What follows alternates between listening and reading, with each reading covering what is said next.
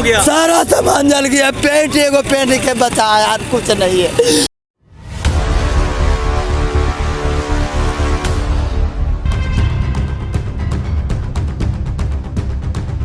मैं थोड़ा थोड़ा पैसा रखती सी ते मेरा सारा समान सारा पैसा सब कुछ ही जल गया जी एकदम ही।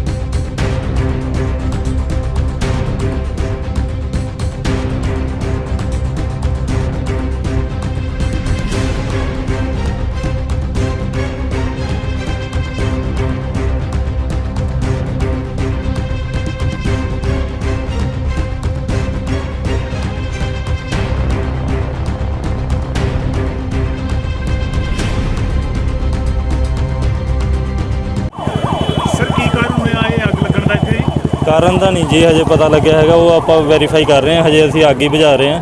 ਤੇ ਕਿੰਨੀ ਇੱਥੇ ਝੁੱਗੀ ਝੌਂਪੜੀ ਹੋਊਗੀ? ਇੱਥੇ 250 ਤੋਂ ਲੈ ਕੇ 300 ਝੁੱਗੀ ਹੈਗੀ ਹੈ ਜੀ।